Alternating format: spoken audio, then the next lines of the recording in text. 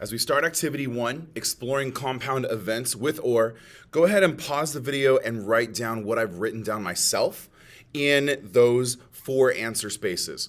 I have more to add, so give yourself the space to write the extra stuff. Write small, write carefully.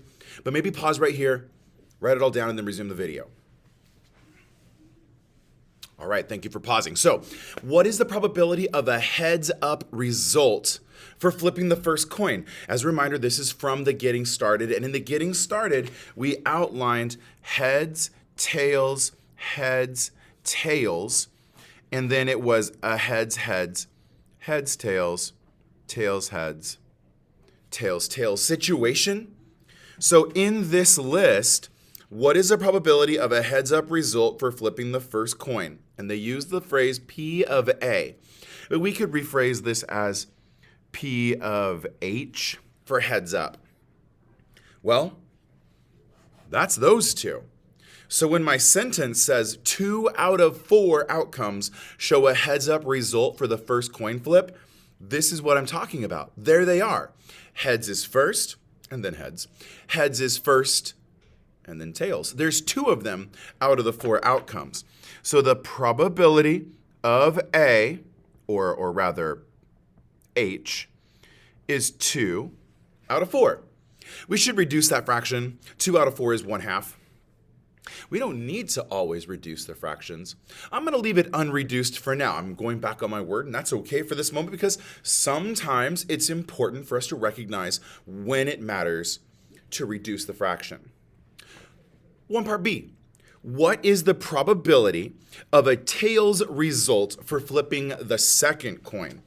So if first coin from the getting started were these 2 outcomes, second coin are these 2, there's 2 of them, 2 out of 4, which is why my sentence here says 2 out of 4 outcomes show a tails up result for the second coin flip.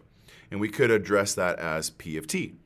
In other words, P of B, aka P of T for tails, is also 2 out of 4. I mean, they use A and B in probability just to be like generically describing that event A and event B are different. But if we have enough, symbols to represent heads, tails, whatever, we should use the letters to represent that situation. So T and H for probability of heads and probability of tails. Now let's go into 1C. This is where things get interesting because now we got to look at like what means together both of the outcomes. What is the probability of a heads-up result for the first coin flip?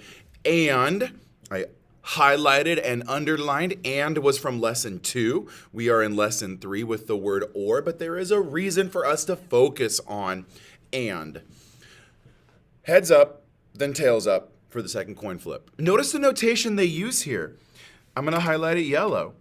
P of A and B. In our case, it's the probability of heads and tails. So that's what I'm going to write down. Looking at the sample space, there's only one outcome that is a heads and a tails together. So probability of heads and tails is 1 out of 4. This fraction right here is actually why I didn't reduce these 2, because we're probably going to do some combination of 2/4 and 2/4 and 1/4, like the spiral review, and I want to make sure that I can still add and subtract those fractions relatively easily. Last one for number 1. What is the probability of a heads-up result for the first coin flip or a tails-up result for the second coin flip? P of A, typo, or, there needs to be an or right there. I'll phone that one in. So for us, it's going to be probability of heads or tails. And that really is meant to be all 3 of those. There's only 4 total situations, outcomes, that could happen from flipping the first coin and flipping the second coin, and there they are. 3 of them, of the 4th, have the scenario of at least the first one is heads or the second one is tails. Sometimes both. But don't double count the both. So that's why I have 3 out of 4 outcomes show a heads up on the first flip or a tails up on the second flip. So for us, our notation is going to be probability of heads or tails is 3 out of 4. How do you combine 2/4, 2/4, and 1/4 to get 3/4? Remember, we're adding fractions, so the denominator has to be common, and it is, it's 4.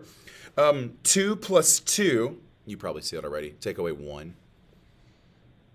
So there's something about adding the first condition, probability of A, and adding the second condition, probability of B, but we have to take away the overlap. And the overlap that's double counted by counting across all of the heads that are first and counting down all of the tails that are second, there's at least that one that's overlapped. And so that's the 1 out of 4 in this problem. So the overlap needs to be taken away. Here's our formula. The probability of heads or tails is the probability of heads. Sorry, it's off the screen. Let me zoom in. Let me refresh. There we go. Plus the probability of tails, take away the probability of heads and tails. And this formula right here is 100% something that will come up over and over in this lesson, or is the trigger word. If you see the probability of A or B, heads or tails, we need to think all of this. In fact, here's the general formula for that.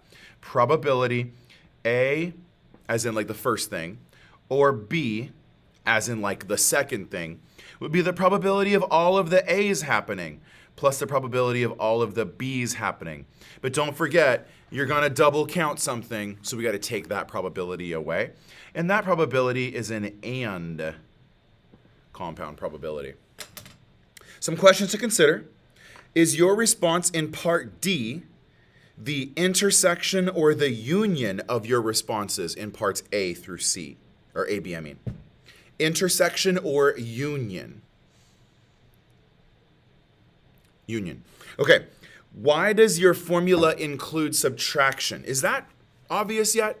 When you have this formula down here with the minus, that's because this part right here that is the AND is counted twice, so we got to take it away once.